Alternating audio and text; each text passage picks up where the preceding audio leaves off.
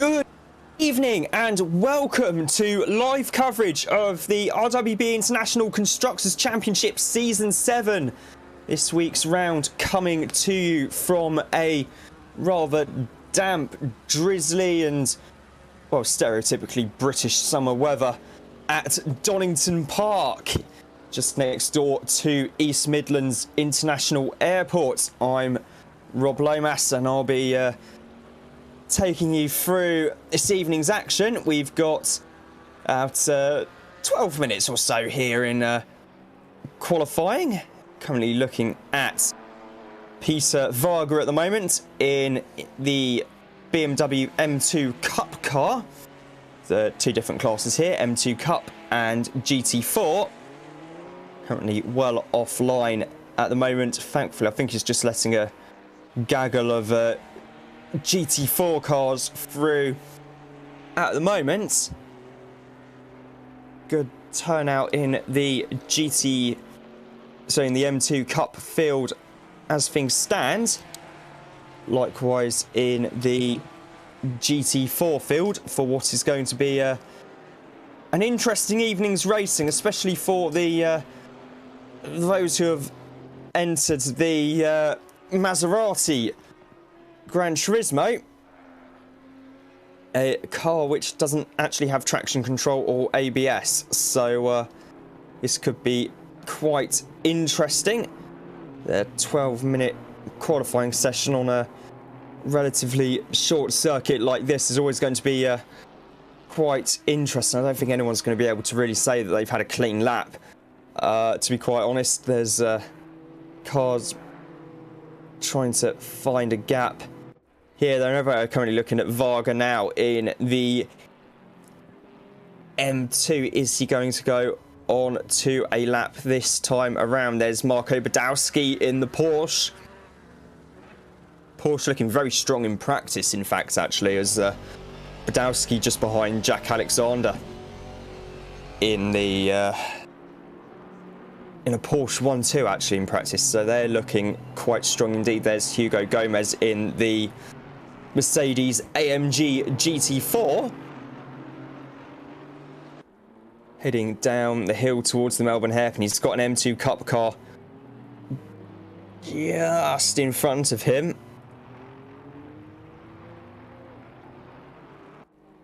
Not quite sure who, unfortunately, that is in the M2, but nonetheless, he's going to have to bide his time here in the big GT4 as he comes out of Goddard's now on board with Nathaniel Shirley. Driving a, yes indeed, he is in an M2 Cup car. I did briefly think for a moment that was actually a KTM Crossbow GT4, as they have a very similar rear wing arrangement, shall we say. Currently looking at Celine Victor in the Turn 1 Valkyries BMW, coming through Redgate now and heading down the hill towards Craner Curves. Nominal section of track. It's one of the finest bits of track actually anywhere in the country, I'd go as far as to say.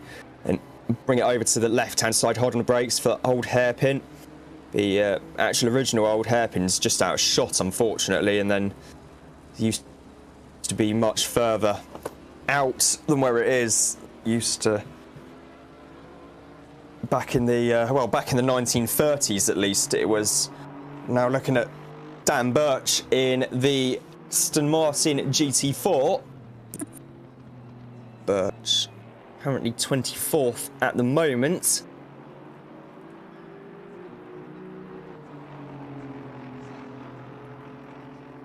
Goes past the M2, down the straight towards the Fogarty S's, named after the four-time World Superbike champion, all-round cult hero of the 1990s, and winner of I'm a Celebrity, Get Me Out of Here a few years back, Carl Fogarty. Absolutely phenomenal rider he was, and yeah, it really does make you wonder if he'd have been given a fair crack of the whip on a Grand Prix bike, what could he have done? Birch taking the karting line there around the outside. Does let the M2 back past, though. Now looking at Max Haynes. Max does have the slight advantage of having actually raced here in real life. As he races in Caterham's, actually, at national level. So he'll know most of the track here fairly well from his real-life exploits. Now looking at Magnus Dahlgren. The McLaren 570, I've noticed, is running a fantastic tribute, actually, to the old West McLaren livery back in the good old days of tobacco sponsorship. The driver's name painted on the side instead of the West logo. Something they had to do for the French Grand Prix, in fact, during that era, because of the loi Evan, the Evan law in France, which prohibits the sponsorship, well, alcohol and tobacco sponsorship, effectively, which is why when Tequila Patron ESM were racing at Le Mans, about 5-6 years ago now, I think, if I remember correctly, they had to actually find alternative sponsorship for the race, because even though it was Ed Brown's company, Tequila Patron, he wasn't allowed to run his cars with the Tequila Patron sponsorship for that same reason, Loi Van. So I think one year they were sponsored actually by Rolling Stone magazine, in fact. So yeah, why Jordan, instead of running Benson and Hedges, for example, they used to run Buzzin' Hornets on the side of the car. It was because it was very interesting law, one which I actually wrote about in my undergraduate dissertation, actually, on which was on Formula One's relationship with politics, and how Formula One can be used as a metaphor for certain political theories, and how the sport has been influenced and affected by politics, which I expanded on in my master's thesis, which I just about managed to pass this year. So happy days. That's the old master's degree knocked on the head. So yes, it's definitely quite an interesting law. We're currently looking at Chris Brook at the moment in the KTM Crossbow. Now you'd think, given the fact that it's tipping it down with rain, being in a relatively lightweight, low-powered car would come as an advantage. He's gone to 24th place at the moment, just behind Joao Carapo. And yeah, quite some way clear of Gianni Lenz, in fact, in 26th. Here's Martin Schaefer in another Maserati.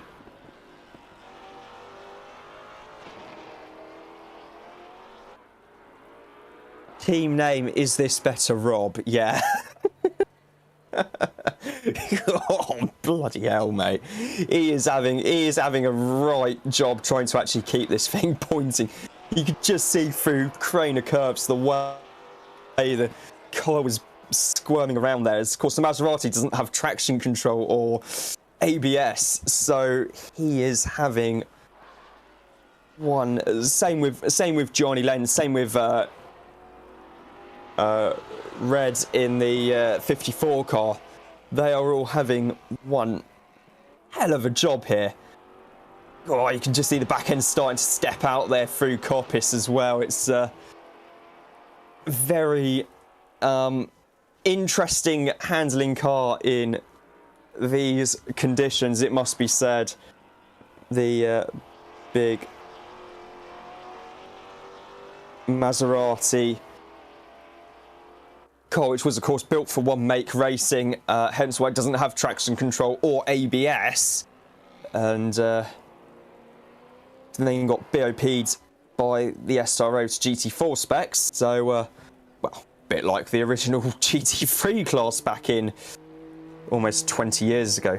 Yeah, 16 years ago now. Wow, bloody hell, time really does fly. I mean, I remember seeing the early GT3 cars at Thruxton back in the day in British GT, and I'll tell you what, these modern GT4 cars would actually quite comprehensively destroy those things on any given circuit, such as how technology and everything has progressed over the years. Come looking at Matt Sherblum in the 555 BMW M2 Cup car at the moment in a very patriotic blue and yellow livery, the colours of the Swedish flag. Coming up towards Goddard's now, looking rather tidy indeed. He turns in, hits the apex.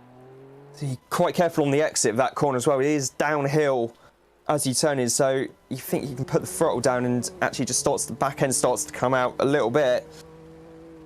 And Matt goes up into 43rd overall, 14th in class. Still just a quick rundown through the top of the field. It's Radek Schuller, Emo Plate, Max Haynes, Nigel Wood, Jack Alexander. That's your top 5 in the GT4 class. Kevin Shepherd, Crockett, Celine Vitcher, Billy Hutchinson and McDonald rounding out the top 5 in the M2 TCX class. About a minute or so to go here in qualifying. Currently with still riding with Matt at the moment. Very good job indeed there. Let's go. Oh, he's run a bit wide there at Coppice. That might invalidate his lap time. Indeed it has. He's pulled to a stop there in the gravel trap at Coppice. He's going to reset to... Yes, he has reset to pits. Means we don't actually have anyone on track at the moment, but there's lots of wipers waving. I can already see Martin Chafer's Maserati here in this screenshot quite easily. It's fluorescent yellow, the same colour as my football socks, in fact. Although my one of my best friends from uni does still insist that they are indeed yellow. Although everyone else said they were green. I should add, said friend probably did have concussion at the time after saving a botched clearance from point blank range with his face. So that might have had something to do with it, but either way, got a brief little warm-up session here if anyone needs it. It is going to get wetter in the next few minutes for the first race here. So rain picking up somewhat. Temperature currently a relatively cool 18 degrees air temperature, 22 track temperature. On board with Chafer's very visible Maserati in 23rd on the grid.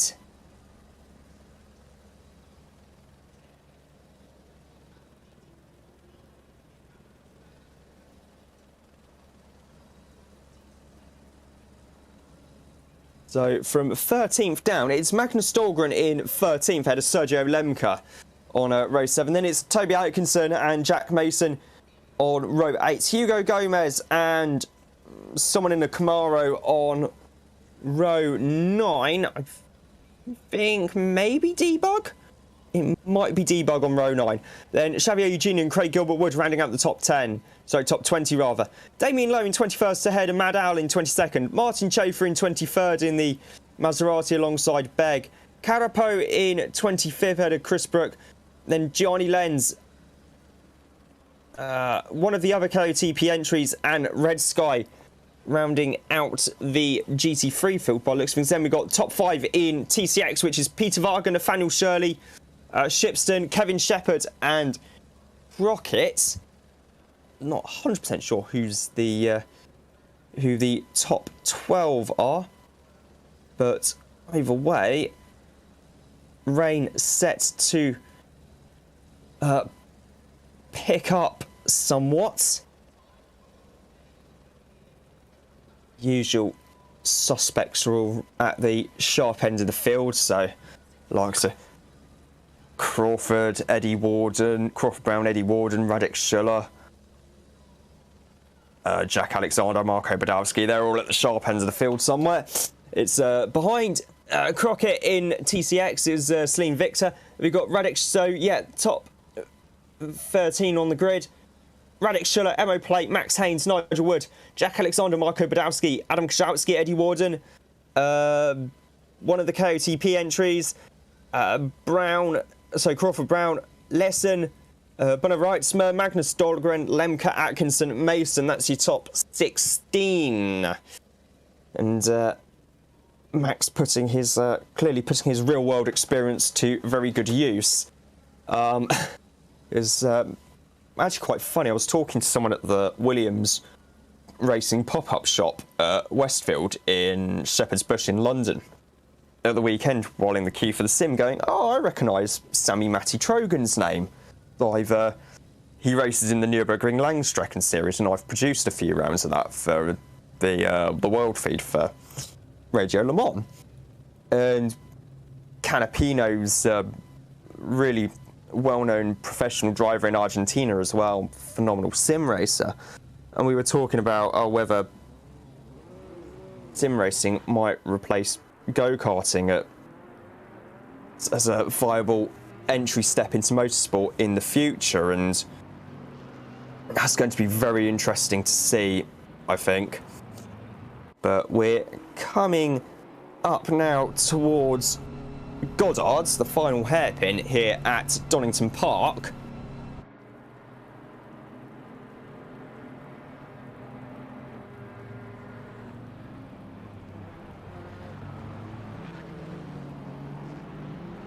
Coming through Goddard's now, we're about to start the first of 3 20-minute races this evening.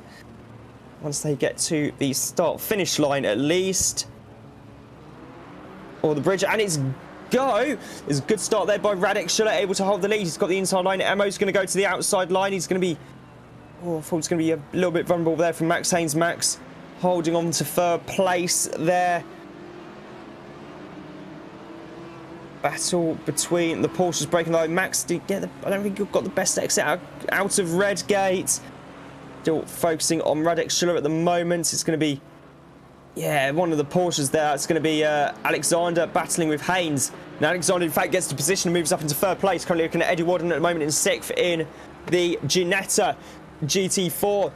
Got Crawford Brown a couple places behind him. He's got Kozłowski's just moved up into 8th place, in fact, in the Audi.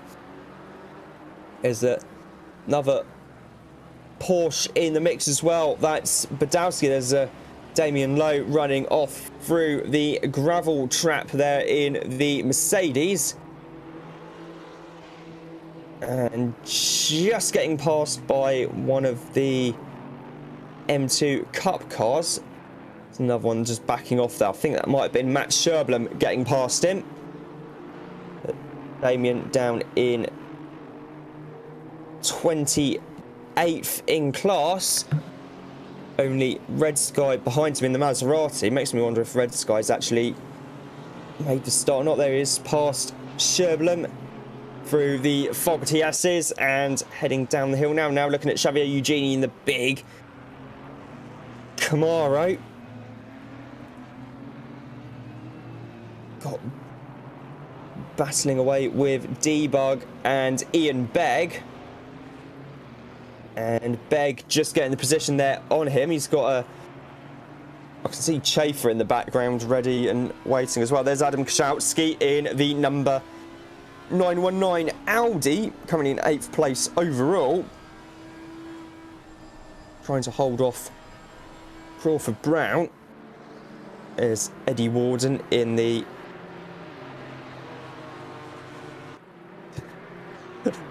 I've just noticed the... Instead of saying Dodge, it says Dodgy on the side of it. That is a nice touch, lads. Chapeau. Chapeau. Currently, Eddie in 6th place in a bit of a Ginetta sandwich at the moment. He's got Badowski behind him and Wood right in front of him. The battle for 5th, 6th and 7th overall, and in the GT4 classes, of course, showing off on track at Cops, but back on again, sorry, Cops rather, back on again now though, through the Fogarty S's. It's a very quick chicane in a GT3 car. You're only going down to 3rd gear through there. There's George Crockett in the M2 Cup car at the moment. He's got one of the Maseratis actually right in front of him overall. Maserati not 100% comfortable, I think it's fair to say, with anything other than bone dry weather conditions, which, given the weather forecast at the moment, looks unlikely. Crockett just losing a place there to McDonald. Crockett on the outside line. Would give him the inside for the next corner, but I don't think he's going to make a move there. There's Dan Williamson batting away. Oh, a bit of coming together there between Williamson and I think one of the other M2 Cup cars. Couldn't quite make out who that was, unfortunately. But either way, there's Martin Schaefer in 20th place in his fluorescent yellow and pink Maserati, which actually on a day like today is absolutely brilliant, quite honestly, because it really stands out amongst the hilariously overcast, dismal weather here in Donington Park. There's Begg running very wide there through Cops as well. Hi to Panda in the YouTube chat. How's it going, mate? Good to see you're chilling out watching. Got this battle still raging on here. Schaefer really struggling to find a way past Eugenie, and oh, you can see why there on the exit. The Fogarty S just cannot get the power down at all in that Maserati unless it's pointing in a dead straight line. Hayes, meanwhile, thought Woods was going to get him up the inside there into Goddard's. Haynes does have the inside though for turn 1, Redgate. Although this is playing very nicely into the hands of Eddie Warden, who's going to be able to, who's already right on the back of Wood, and you've also got Badowski closing in on them as well for good measure. Badowski a few car lengths further back, but still well within striking distance to make this effectively a 4-way battle here for 4th place. Hayne coming through the back section of the circuits now, heading up towards Coppice once more, which had certain plans gone through about 12 years ago. We'd be talking about Coppice as the final corner, and probably a very tight 2nd gear corner for that matter as well. They're planning on actually moving the pit straight a little bit further back from here, actually, bypassing the Fogarty chicane, and this part here would have been effectively part of the pit straight, heading down towards the Melbourne hairpin. Would have been another little infield loop as well for good measure, but they ran out of money, like the average university students. The battle's still raging on here as for Warden just getting up the inside of Badowski. In fact, Crawford Brown's going to have a little look up the inside as well. Brown is going to be on the outside here for turn 1. Badowski on board from now in the Porsche. Down to 3rd gear. The flat 6-engined Porsche up against 2 V6-engined Ginettas. So they're all making fairly similar torque. Ginetta, a very nimble car indeed, one with absolutely no straight line speed whatsoever. But currently with Max Haynes at the moment, big old gap actually breaking out between Haynes and the top few drivers, Radek, Emo and Jack. Radek Schuller, Emo Plate, Jack Alexander. There's a good old gap between them. Haynes is actually losing about a second, 1.6 seconds last time around he lost, in fact. So it's going to be great news for the front three drivers, although maybe less so for the others as come through. The Fogarty S's once more. Whoa. That was that was Eddie going very wide there in the Ginetta. That allows Badowski through as well, and Crawford's going to get out the inside of, well, certainly Eddie Warden. He might not be able to get up the inside of Marco Badowski, but Max Haynes has just lost a position, meanwhile, to Nigel Wood. The two Ginettas are racing each other at the moment as well, so currently on board with Marco Badowski on the third-person view.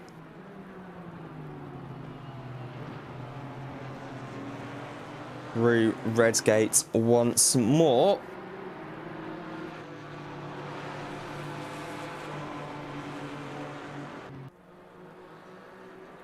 Down the hill now is, no, not quite close enough for Eddie Warden to be able to have a little look up the inside of Marco Badowski at the old hairpin. Coming through the back end of the circuit now into fantastically flowing section of track. That is Eddie Warden going to have a look up the inside. He is, you know, he's going to have a look up the inside into Coppice and gets the move done. Is Crawford Brown going to be able to find a way past as well? Yes, I think he has, in fact. So Badowski losing 2 places there to the Ginetta duo.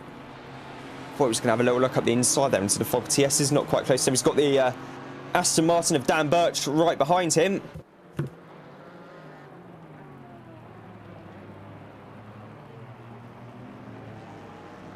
Behind Birch, there's a little bit of a gap to the 10th place car, which is that of Reitzma in the Audi R8. Birch taking a slightly different line, I think it's fair to say. It's still, this is going to be, the weather is actually set fair for the rest of the race. So wet. Eugenie having a look up the inside of battling away with Gomez here. Gomez having got past Eugenie. Eugenie just going back past there at Goddard's for 18th place. Gomez, no quitter. He's going to have another look around the outside at turn 1. But Eugenie's on the inside, so not quite able to get the move made. Celine Victor in the M2. Oh, a little bit of contact there with McDonald. Now looking at Todor Kostadinov in his M2 Cup car. Still Varga, Shipston, Shepherd, McDonald, Victor, Shirley, Hottie, Williamson, Kostadinov, Hutchinson, Minga, Woodcote, Crockett and Sherblum in the M2 Cup class. Kostadinov, a little bit of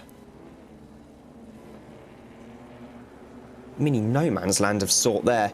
About 1 and a bit seconds behind Williamson, about 6 tenths or so, 6-7 tenths or so ahead of Hutchinson.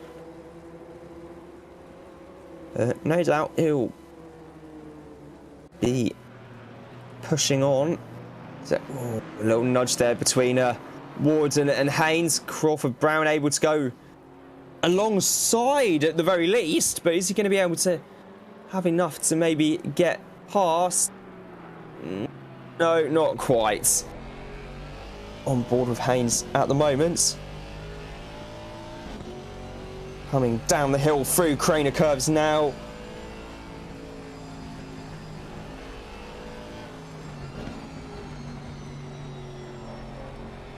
See, working the wheel a bit there.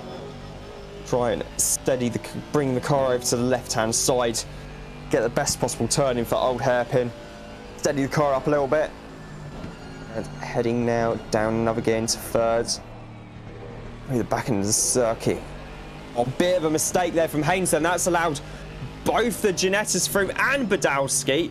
Max, that one mistake there has cost him 3 positions, dropped down to 8th place.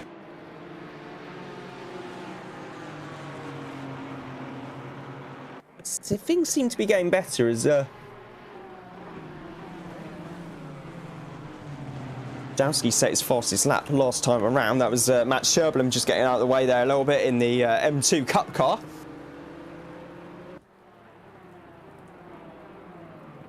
Currently still with Badowski battling away with the Ginettas, and that's Max Haynes going up the inside of Badowski for 7th place.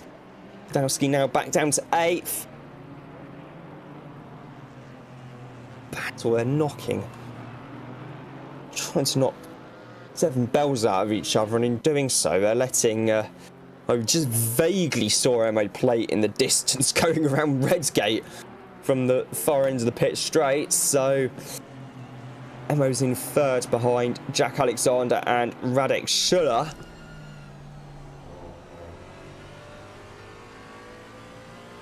Jack and Emo still battling away. Emo's only in about half a second or so at the moment. Radek's another 2.4 seconds up the road, as expected, because, you know, Radek Schuller, Constructors Championship, KTM crossbow. You know, we all remember a couple of seasons ago when it was KTM benefit in the first half of the Constructors Championship season, and put this way, it was a case of you knew KTM were going to win, you just didn't know which order they were going to be in. But either way, looks as if Radek is continuing his fine form.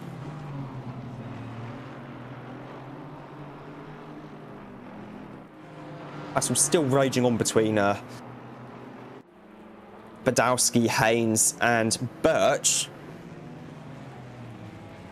Oh, Haynes going a bit deep there though at Melbourne Hairpin. That's going to let Birch through. Indeed it does. Next car to Haynes now is actually Dahlgren in the McLaren. Now looking at Madal in the Ginetta. Gets passed by the Audi of Kozłowski, I think, and indeed he does. Also, Madal probably rather more looking forward to the next round of the championship at Snetterton, a track he knows very well in real life, having actually raced there on 2 wheels. The last week's race, he was actually telling us about some of the nuances of that circuit back in the 1980s, which for some of the younger members of the server, like myself, shall we say, I'll say younger, I'm only 25, but we'll gloss over that, it came as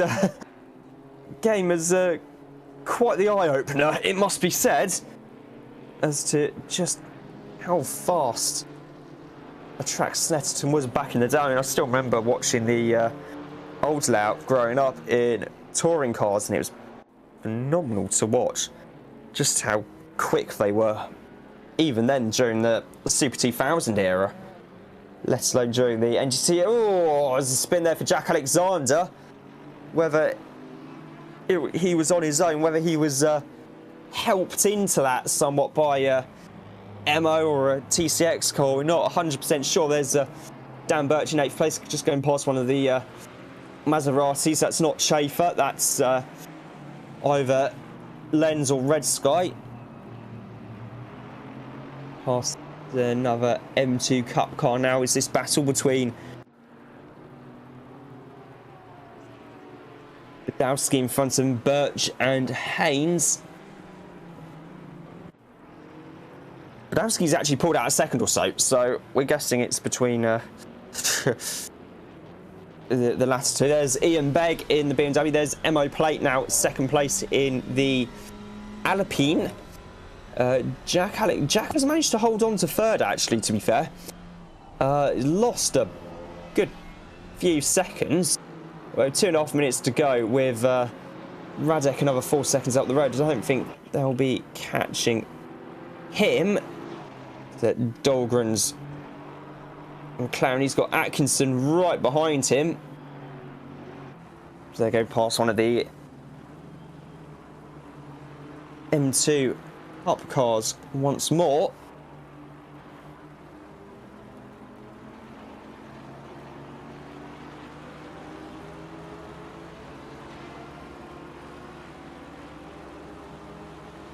Down Starkey straight past the old Donington Museum. The infield there is what what I'm fairly certain is the venue for the Download Festival. Used to be Donington Monsters of Rock back in the day. By back in the day, that is of course a day which I'm far too young to remember. In fact, Iron Maiden actually recorded a live album there back in 1992, when I was -5 years old. Sorry about that. But yes, that was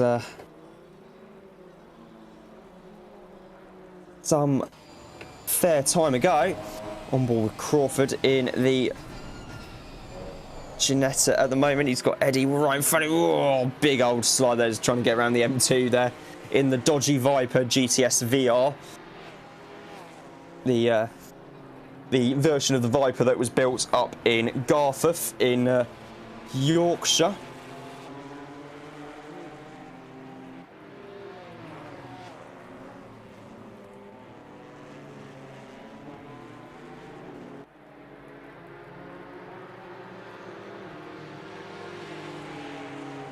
Joking aside, brilliant car, that Ginetta. It's actually one of my favourite GT4 cars to drive actually in game. Come through the Fogarty S's one more time. There's Jack Mason there battling away with Mad Al and Martin Chafer and a whole host of cars, in fact. There's Mason in the KTM, there's one of the Mercedes. Ooh, there's someone getting fired off by the looks of things. There's can't quite tell who that was, unfortunately. Still with Jack Mason in the Braun GP-esque livery. There's Mad Al going past there through the Fogarty S's now. There's Celine Victor in the Turn 1 Valkyries M2 Cup car. Got one of the Aston GT4s just in behind. As soon as that's a Badowski, I think, just in front. Yeah, so that's going to be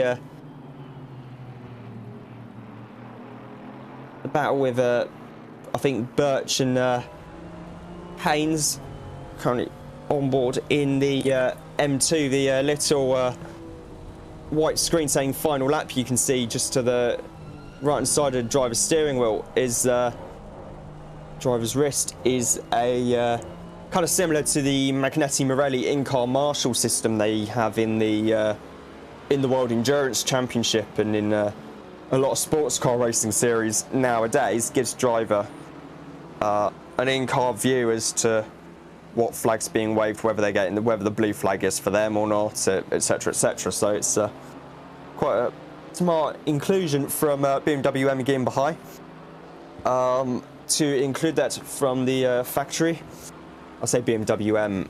I think I can't remember if it's built by M Division or by BMW Motorsport themselves. Meanwhile, we're with MO Plate at the moment in the Alpine. Radex just out of camera shot, unfortunately, but no doubt about to cross the start-finish line to claim victory in the first race here at Donington Park. It's Radek Schuller from MO Plate. Jack Alexander in third ahead of Nigel Wood. There's Eddie Warden, Crawford Brown. Max Hayes running a little bit wide there. There's going to be Marco Badowski, and any second now comes Max Haynes in 8th place. Birch in, I think has just been passed by Dahlgren, in fact, at the end there as well. Then, in fact, the Dan Birch's Aston Martin's dropped a long way down the field. In fact, they're currently with Peter Varga now in the M2 Cup class leader. coming down Starkey straight now into the Fogarty S's. GT Hub liveried car.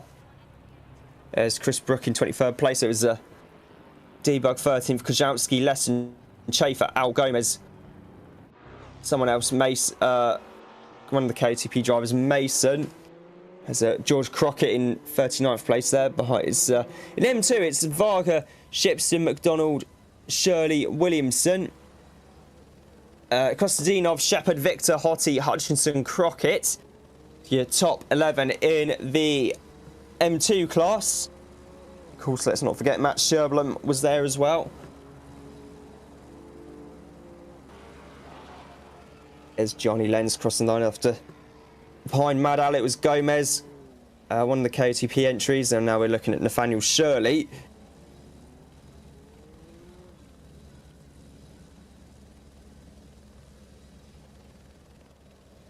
Who just noses it into the barriers before the start-finish line and returns to the pits.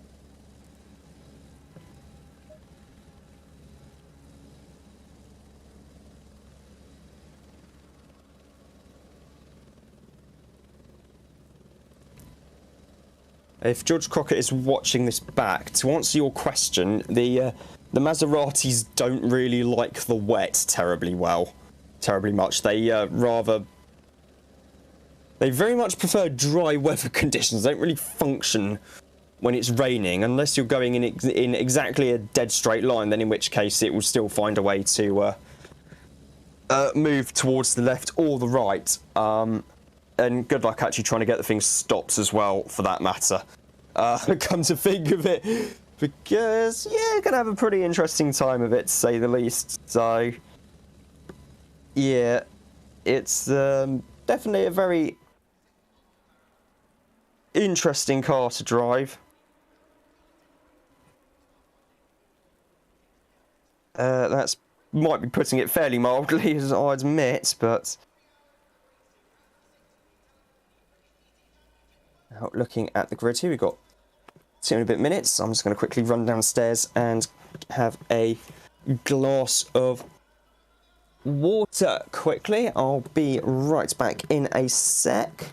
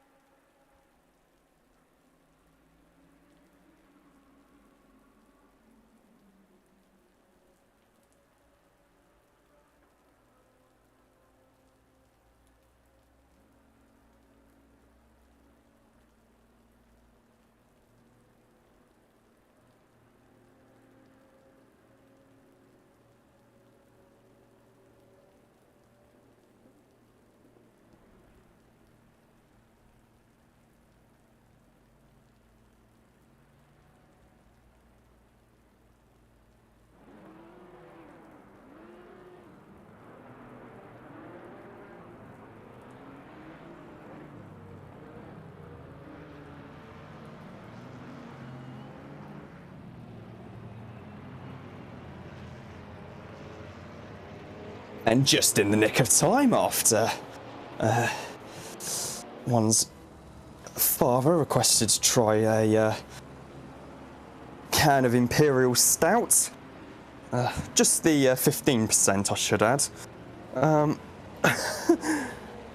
I am indeed have just sprinted upstairs, absolutely full pelt, to make sure I was back for the start of the second race here at Donington Park. The green light should be going any moment now, and it's currently looking from Craig Gilbert Wood's perspective right in the mid-pack, admittedly, so this could be a little bit interesting. Everyone having to really tiptoe their way through turn 1 here.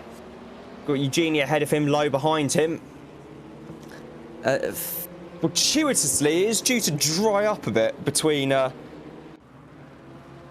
during the course of this race. There's Max Haynes there, third place at the moment. He's got 2 Porsches behind him, and Marco Badowski and Jack Alexander. Badowski and Alexander side by side at the moment as they come through past what was the past the old track there where that brick archway thing used to be.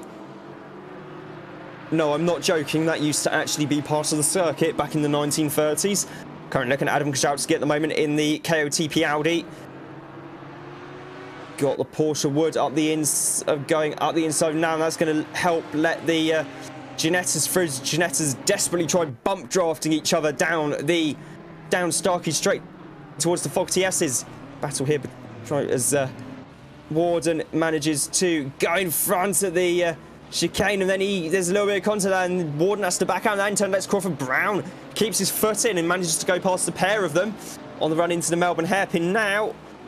The Aston Martin of Dan Birch also trying to make a move, which indeed he does. Means Birch is Birch going to be able to have a little look around past Warden? No, he is not, but this in turn is letting Kaszowski get back up close as well. Yellow flag at the Melbourne hairpin for somebody. AJ McDaddy in the YouTube chat, good luck Celine. Quick update for you, AJ. Celine is currently running in 5th place at the moment in the TCX class for the M2 Cup cars. Currently with Debug at the moment, battling away with Sergio Lemke.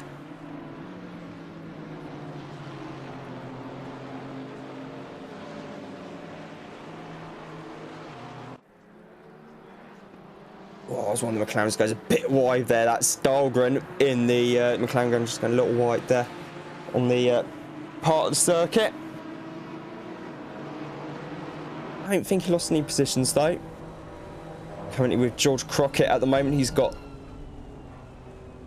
Shipston and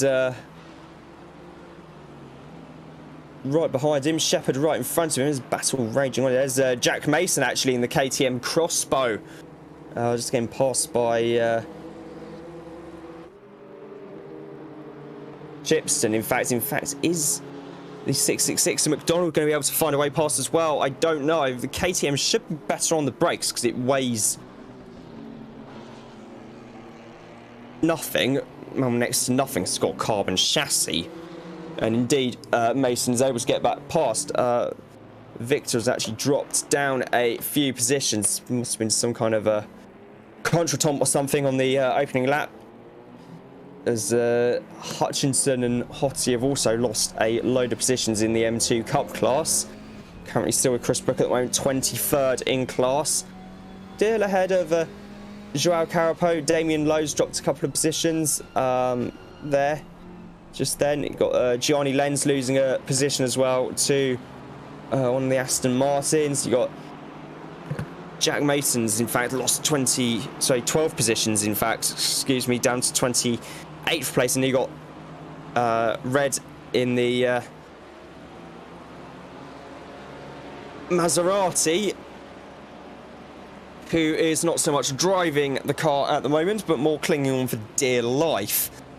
I'll never not make jokes about that car's inability to drive in wet weather conditions, because yes, it is as terrible as everyone says it is, in all honesty. So we're looking at Eddie Warden. Whoa, still going on between Warden and Brown. They're just holding each other up at this point almost.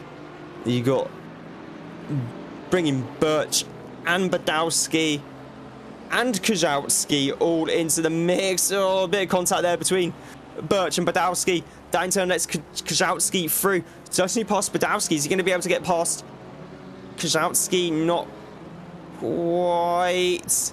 The Janettas are seemingly almost holding each other up at this stage. They've put a bit of a gap now, and it's currently too wide between Birch and Kozłowski down the pit straights. Badowski going to make it. No, not quite close enough to make it 3 wide. Meanwhile, in the M2 Cup class, there's Maserati in the mix, which is magenta and fluorescent yellow, so we'll ignore that. That's not actually in the same class as these cars, but nevertheless, it's a Maserati, so it's going to be handling characteristics that are a bit interesting. Meanwhile, back up in the top 10, in the lower reaches of the top 10 between Badowski, Dan Birch, Mark Lesson, now joining in for a bit of banter as well. Kozłowski, it's all, everyone's still really just holding on at this point. There's Craig Gilbert-Wood in the old school McLaren livery. There's just behind him is Martin Chafin now with Magnus Dahlgren in the 89 McLaren coming down Starkey straight now. He's got the Camaro of Debug right behind him.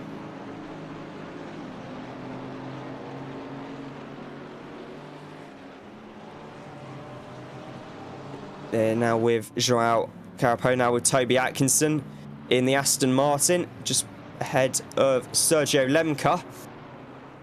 Debug in the last endurance race I commentated on at Catalonia delivered the one of the all-time great commentary one-liners, one that had all of us in absolute stitches in the commentary box for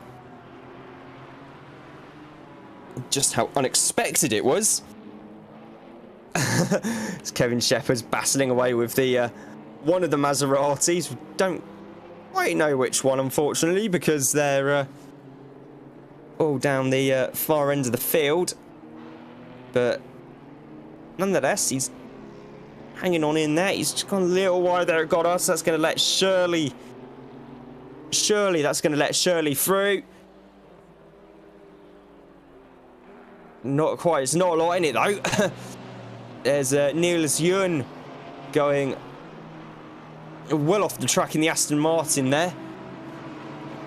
Let's get back on quite quickly. Blackington's going to give Joao Carapo a bit of a chance in the Camaro. Now with Bono Reitzma in the Audi.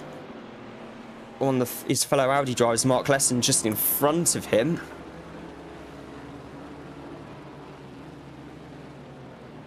Hard on the brakes, they all. Constantina up. Heading for Melbourne hairpin, excuse me.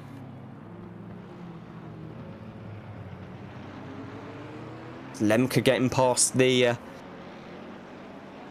Aston Martin of Atkinson. I think he has, you know. Atkinson is on the inside line for Goddard. Oh, Lemke just able, gives him racing room, but able to stay ahead in the big I say big, the relatively diminutive Alpine A110 GT4. Now with Ian Begg in the BMW. Got Chris Brook there right behind him, and Niels Join making a very bold move in the Aston Martin on the way into Redgate there.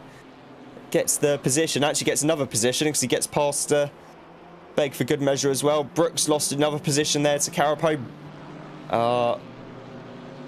Brook not quite able to hold on to the inside line through the old hairpin.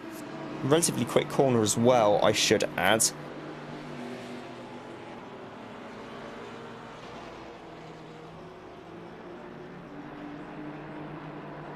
Currently heading round the back portion of Donington Park as we speak. Route Coppice comes back now onto Starkey Straight.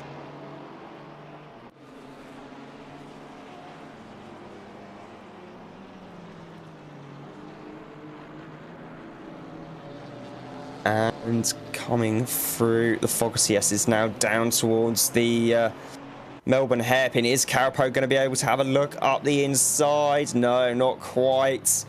Close enough there for Joao Carapo.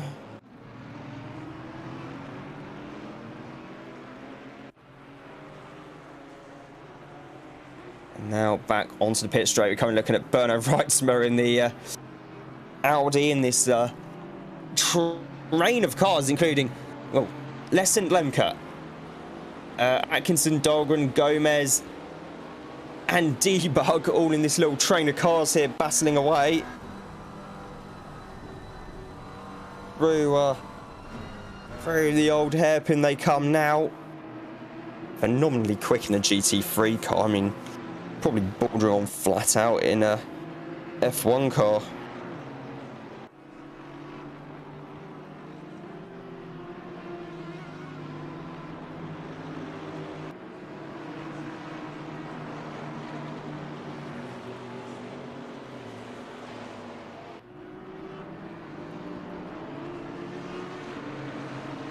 There's Dahlgren.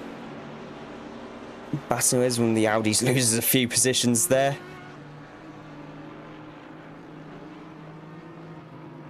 Dahlgren now up into 14th place. There's Hugo Gomez just behind him in the Mercedes. Now back with Max Haynes, Nigel Wood.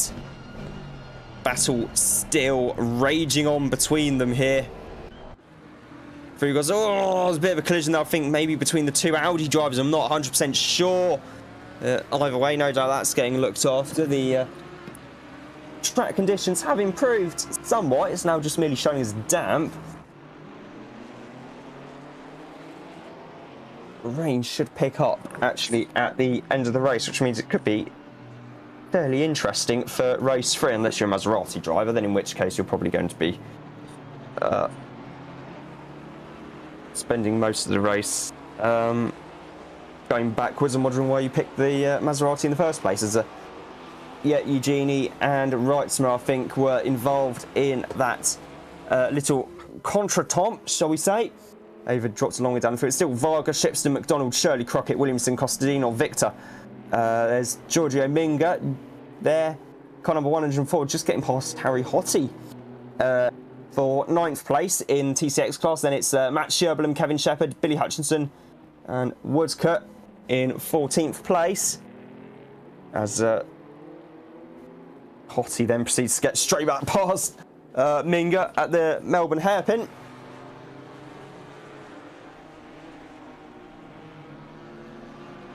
Victor is just in front of these two in 8th place in class. The ever familiar Turn 1 livery. Back with Nigel Wood at the moment. Got Max Haynes just in front of him and a pair of Ginettas behind him. Crawford Brown being a bit closer than Eddie Warden at the moment. Now with Magnus Dahlgren in 13th place overall in the McLaren.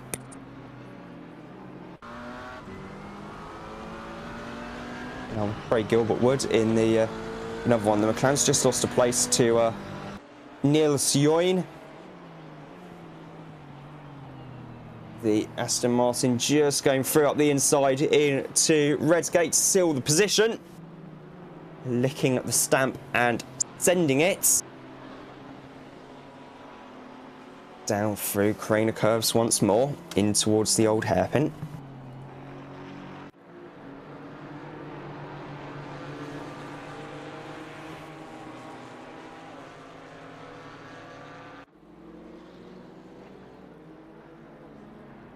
with Nigel Wood at the moment, still waiting behind Max Haynes.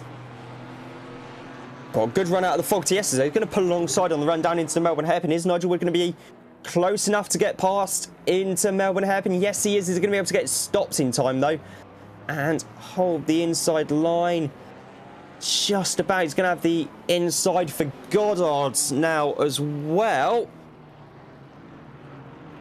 Haynes trying to go around the outside. Wood taking a defensive line there on the inside, and that should mean that Wood is now up into 4th place. Meanwhile, Magnus Dahlgren battling away with Hugo Gomez there, almost side by side, heading into Goddard's.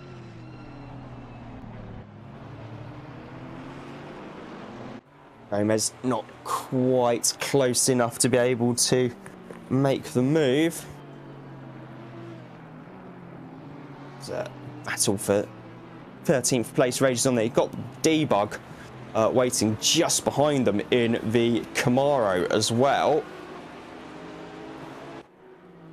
Should be good for a laugh. The big V8 machine built by Pratt & Miller, the same people who built the Works Corvettes for the Le Mans program, and probably the reason why that car costs over $250,000 to buy.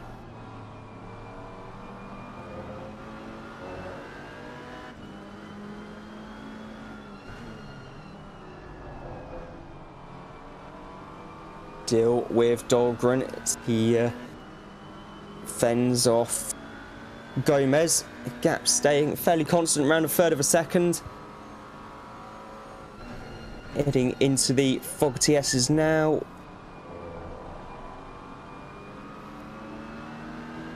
Oh, Gomez gets a much better X out of there than what Dahlgren does, and he's able to pull alongside heading into the Melbourne Hairpin. Is it going to be enough? Well, there's... Oh, that's the Matt Sherblem there in the M2 just getting out of the way. And I think Gomez has just got past Dahlgren for 13th place. Indeed, he has. Dahlgren showing as being in 14th. Jack Alexander scything his way through traffic, as is MO Plate in the Alpine. MO's car looking like it is actually the GT4 equivalent of the LMP1. Sorry, excuse me, it's not LMP1 anymore, it's LM Hypercar, or Hypercar. Although, of course, everybody knows that the Alpine is basically a detuned 4-year-old rebellion. Which in itself is a souped up Orica LMP2 car. So, yes, yeah. That's a debate for another. That's a debate for another time, I think. Emo still in 3rd place in the Alpine.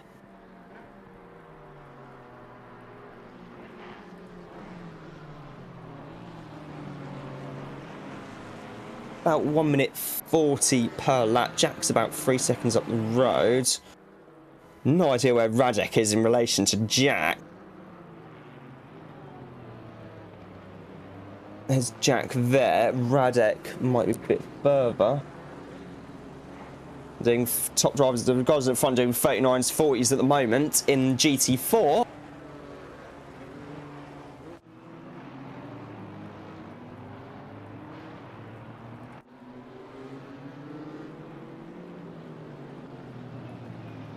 I am wondering if we're going to get maybe one more lap after this. Going to depend on if Radek feels he has the cushion to maybe back off a little bit. This is very much a rhetorical question, obviously, because it's Radek Schuller. He probably won't, in all honesty. So, yeah, very much a rhetorical question there, but nevertheless, it's we might be getting another lap, which, if we do, we could see the rain actually start to pick up somewhat as well. So, Radek, oh God, he's 7 seconds clear of Jack Alexander, who's coming up to through the down Starkey straight now. Oh, he's got loads of time to start another lap.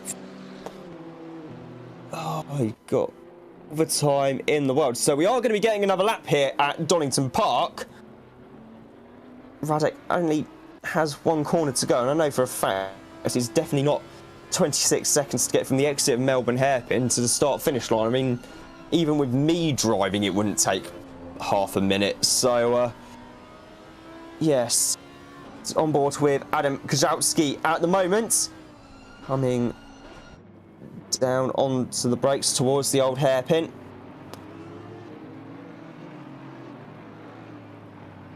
And indeed, we are getting another lap as Radek is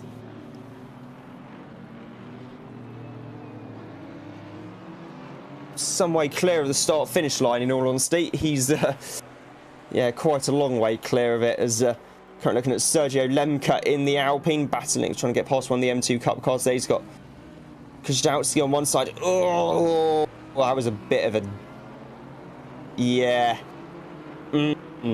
Yeah, I think that move from Atkinson on the M2 might be getting looked at by the stewards. Definitely appeared to be contact there. It was also very late move as Lemke. Oh, it was a big sideways moment there in the Alpine, trying to get on the front as he's trying to get past one of the M2 Cup cars. That's the turn one car of Celine Victor, and Sergio getting on the power very early indeed, and maybe getting caught out a wee bit by it, but nevertheless, there's Toby Atkinson behind them. Yeah, I do think that attempt at lapping the M2 Cup car from Atkinson is probably going to be getting looked at by the stewards. Methinks. So we'll see how that goes.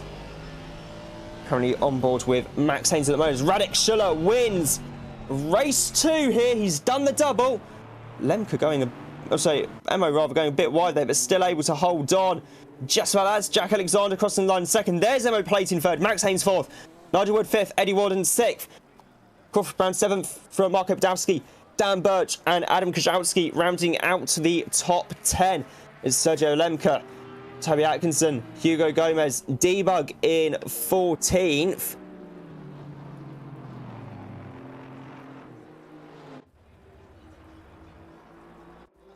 Schaefer 15th. Meanwhile, in the M2 Cup class, it's Shipston from Varga, McDonald, Shirley, Kostadinov, Williamson, Crockett, Victor, Hottie, Minga, Sherblem and Woodcut. The top 12 in the in the M2 Cup class, TCX class. Everyone pulls over at the front of the field just after the start-finish line. Through Fog Tiestes once more.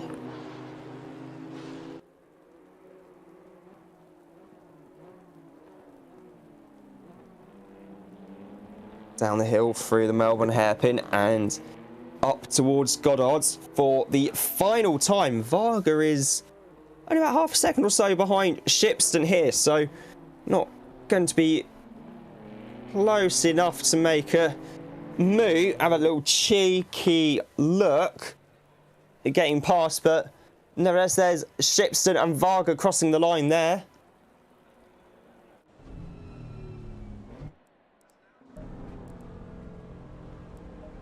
And Schaefer saying this is hard work to drive the Maserati in these conditions. Well,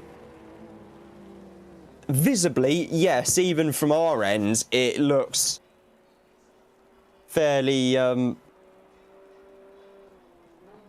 eye-opening, to say the least.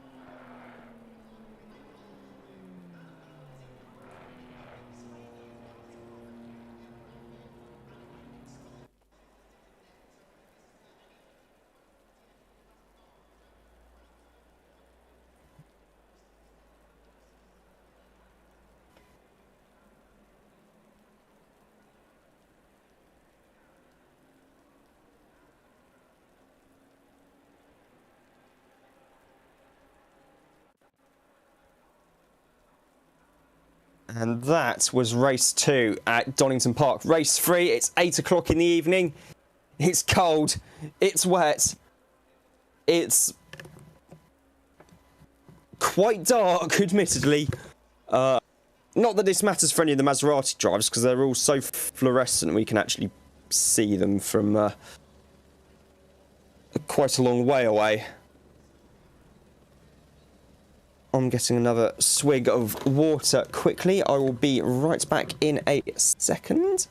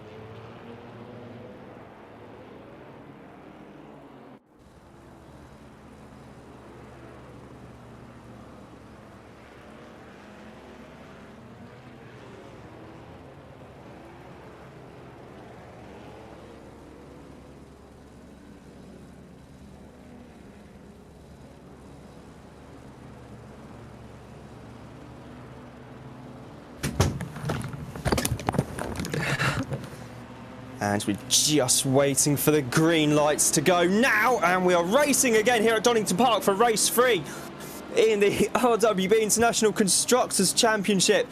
Field heading down towards turn 1. Oh, what the hell happened there? That's one of the Maseratis going very far off. That's a... Oh, crikey, there's a big contretemps going on there. There's more cars going off as well as everyone going off left, right and centre in these conditions. Front runners have actually gone off by the looks of things. We'll have to have a little look in a sec. So yeah, it's Radek Schiller leading from Max Haynes, Emo Play, Marko Bdowski, Eddie Warden, Kozłowski, Brown, Birch, Leston, Lemke as the top 10. So I can only imagine that Jack Alexander was one of the cars involved indeed. I did see a black and yellow speck from the helicam, which I can only presume was Jack's Porsche among one of the cars that had been involved. It is 8 14 in the evening. Oh, Kjałowski having to muscle his way past Brown there for 6th place. Knowing Crawford, I don't think he's going to be too pleased with that. But yes, that was an eventful start to the race, I think it's fair to say. So that was an interesting one. Currently with Damien Lowe at the moment in 19th place.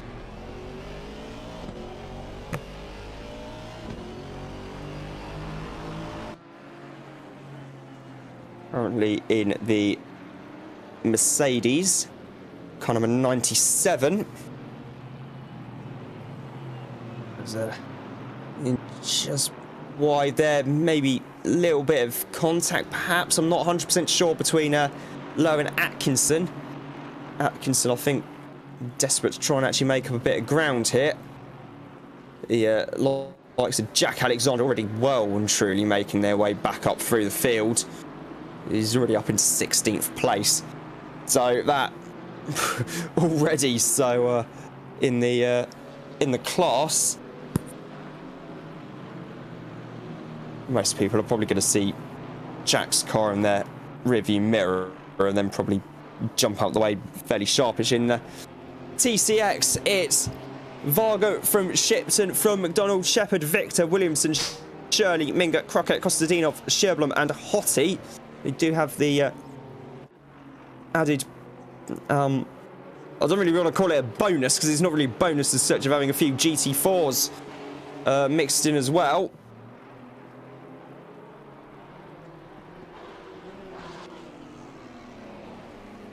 All getting a bit nervy here now. We're with McDonald as Joao Carapo in the Camaro.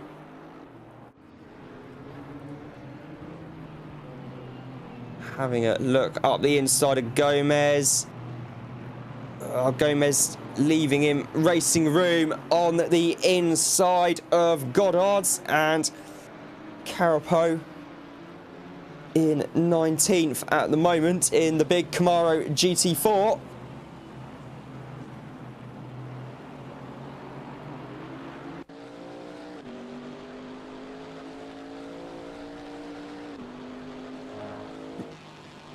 Currently on board with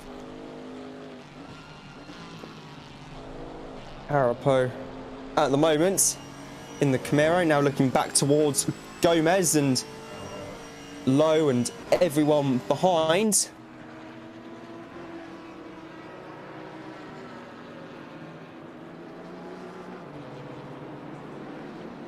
Deal with Carapo. Thankfully, as I was opening Chrome on my laptop to get everything up for the end of the race.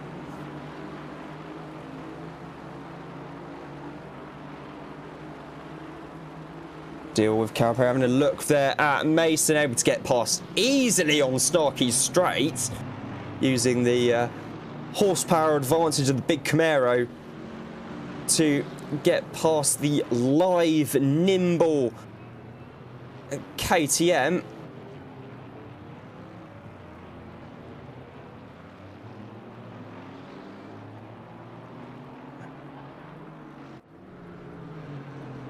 Now up into 18th place is Joao Carapo.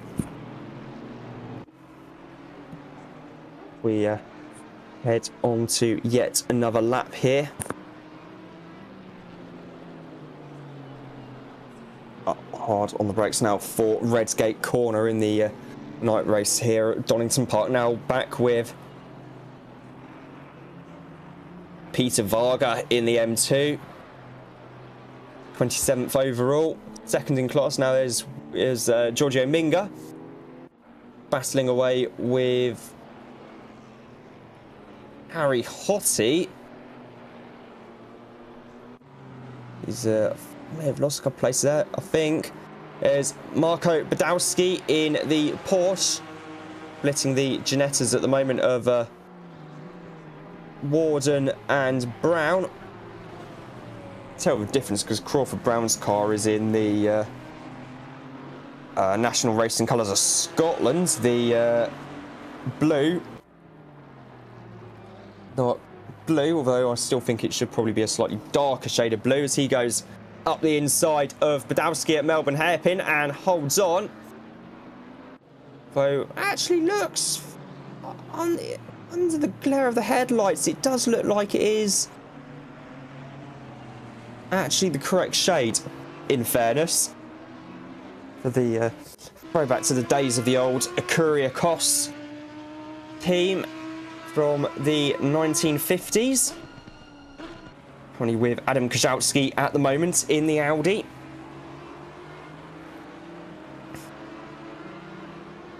Of course, this place in the 1930s played host to the British Grand Prix. It's the first proper natural terrain road course built here in the UK. Of course, Brooklands was the first permanent racing circuit, but then we had Donington. As Debug is all over the back of Ian Begg's BMW M4. Donington in the 30s played host to the Grand Prix for a couple of years, and you had the big monsters from Mercedes and to Union come over with the likes of Richard Seaman, Rudolf Caracciola, Bernd Rosemeyer, Manfred von Brausisch, Tazio Nuvolari also raced round here back in the day in the his little Alfa Romeo.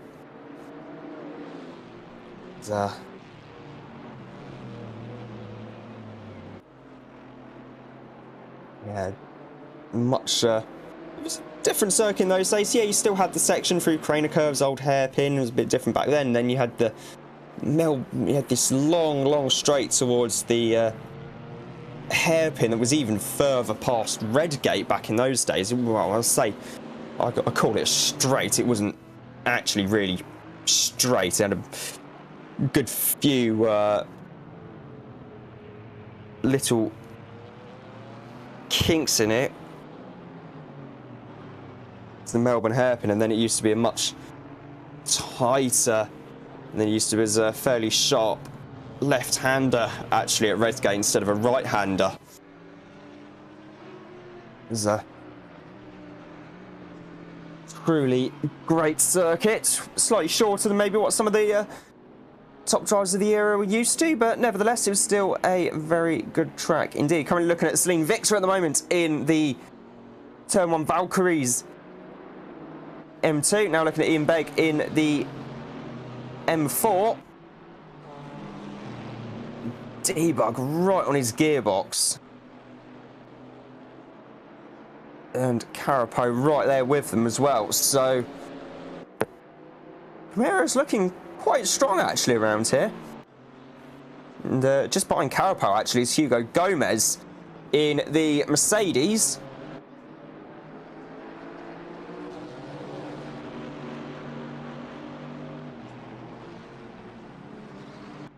Hard on the brakes for Coppice now. Oh, Begg makes a mistake, and that's going to be enough to let Debug and Carapo and probably Gomez. Yes, it does let Gomez through as well. Oh, there's one of the Mercedes. So the McLarens, excuse me, going off. That's Craig Gilbert-Wood at Coppice.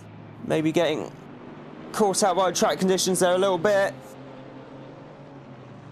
Let's both Damien Lowe and Martin Chafer through. Lowe hanging on to the coattails of Jack Mason. There's Debug and Carapo and Gomez are all battling away. Debug just about holding on for now to 16th place. Carapo right there with him, so's Gomez. And this is allowing Begg to close back on them as well for good measure in the M4. So this battle very much not over and done with just yet.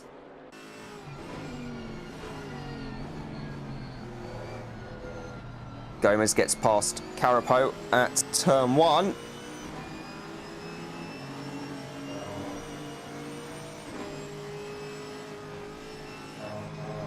Down the hill now through the Craner curves into the old hairpin.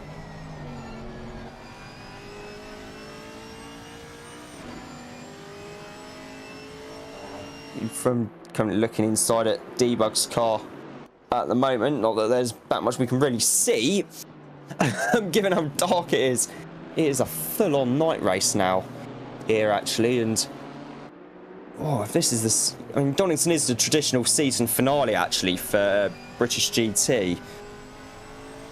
Does make you wonder if they should have a night race here or not. It's not like there's many people to complain about noise restrictions. I mean, it's literally next to a bleeding airport, for crying out loud. So you should be able to get away with it. One would have thought that you'd been able to get away with it. So yeah, that could be quite an interesting one. Meanwhile, Gomez in 17th. Past Carapo, but Debug makes a mistake as well, so that lets Gomez through into 16th. Debug just about able to hold on to 17th, though, ahead of Carapo. Carapo's going to have a look up the inside into Goddard's. Very ample racing room being left on the inside. There's going to be a drag race now down to Redgate.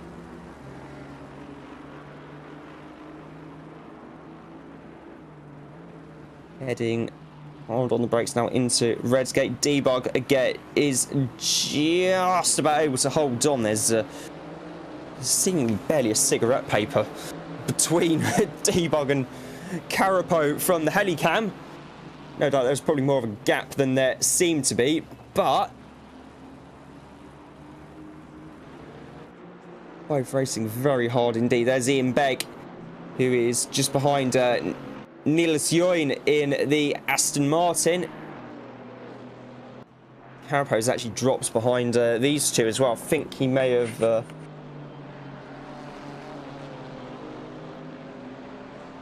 yeah, made a little bit of a mistake somewhere.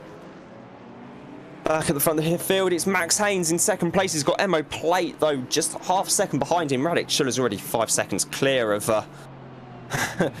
clear of this battle. Radek going for the I'm going to get pole and clear off into the distance, which he has. There's Crawford Brown in 5th. Solid result there for Janetta, 4th and 5th. Of course, Mad Al also in one of the Janetta G55s. Let's not forget.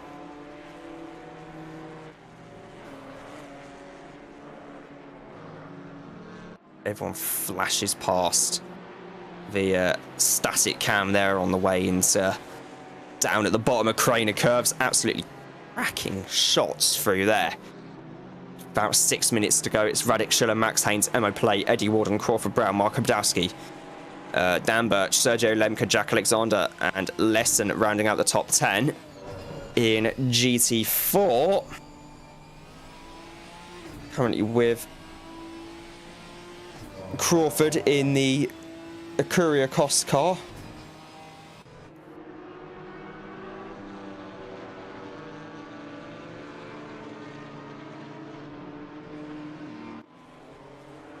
So back with Jack Alexander now, staging a real fight back through the field. Having a look at trying to get past Sergio Lemke for 8th place as Jack, who was involved in that incident on the opening lap, let's not forget, making an absolutely phenomenal comeback through the field. Almost John Watson-esque burn from the stern for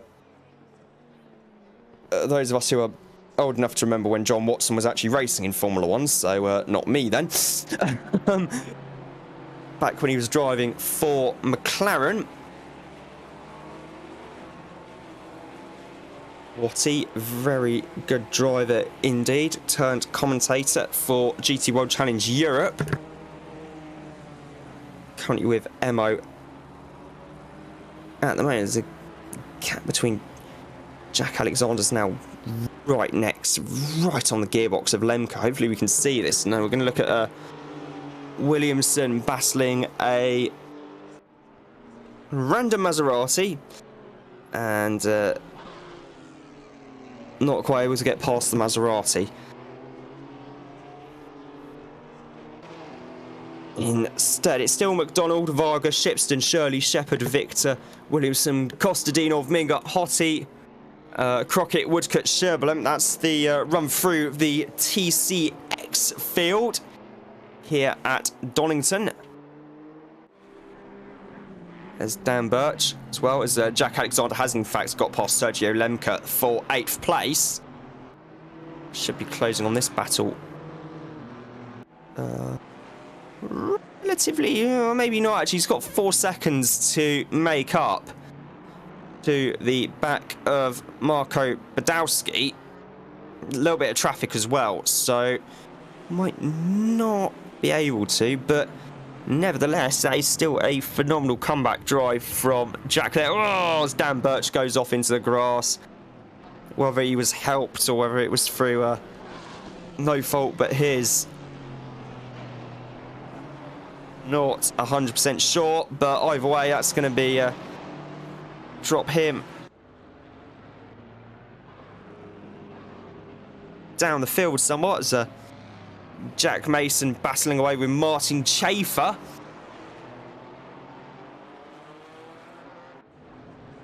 Mason in the KTM, Chafer in the fantastically day-glow Maserati, which is great because it means we can actually tell which car his is in these conditions.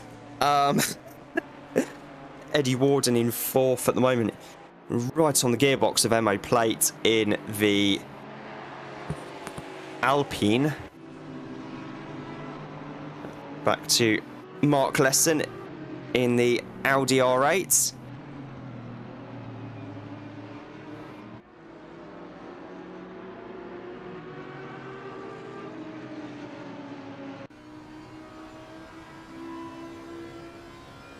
Jowski not quite close enough to be able to have a look at the Fogarty S's. Jack Mason there. One of the Porsches in front of him, that's not for position, that's to lap him. There's Eddie Warden coming out of the final corner now. So's Crawford Brown. Heading down the pit straight once more. 90 seconds or so left.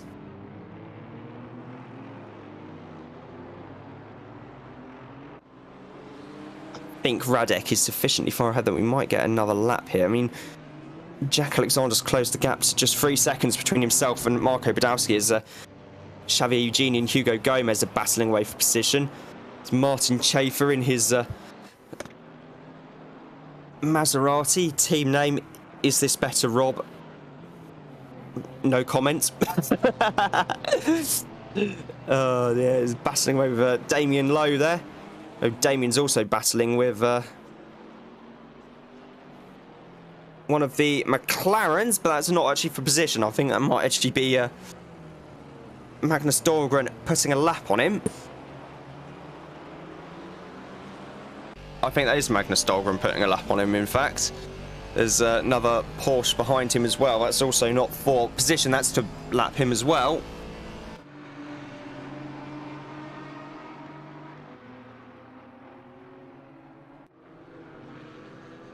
And coming down Starkey Straight once more, it's Adam Kaszałski battling with Mark Lesson and Toby Atkinson.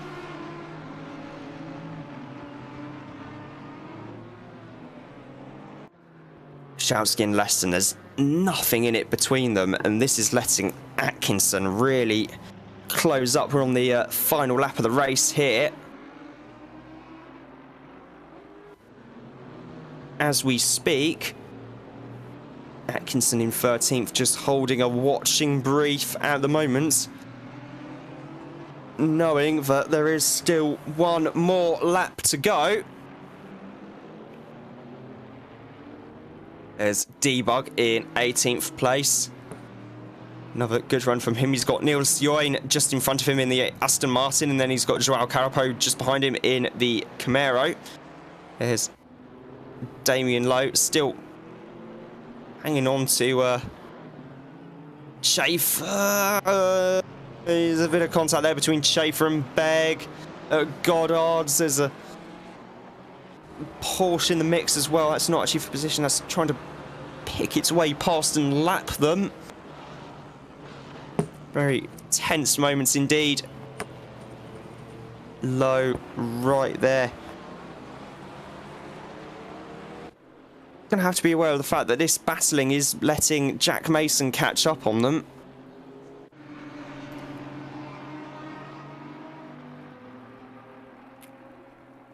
Radek's still quite some way up the road from this little battle here.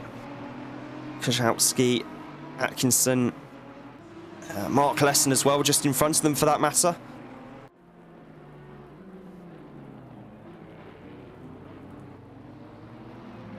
Hard on the brakes now for the Melbourne hairpin one last time. Meanwhile, Radek Schuller has actually managed a clean sweep of the entire meeting here at Donington Park. He wins the third and final race of the weekend. Max Haynes is going to be second, Emo Plate third, Eddie Warden fourth, Crawford Brown fifth, Marco Badowski sixth, Jack Alexander seventh, Lemke eighth, Dan Birch ninth, Magnus Dahlgren 10th, Mark Lesson's going to hold on to 11th. And in this little battle here, there's currently on board with Mad Al at the moment in the Ginetta in 24th place. Overall, Gomez 15th, Yoin 16th, Eugenie 17th, Debug 18th, Carapo 19th, Begg 20th, Chafer, Lowe, Mason, Gilbert Wood, Mad Al, Brooke, Lenz, Red and Nigel Wood, who I think had to come into the pits to get damage repaired after lap 1.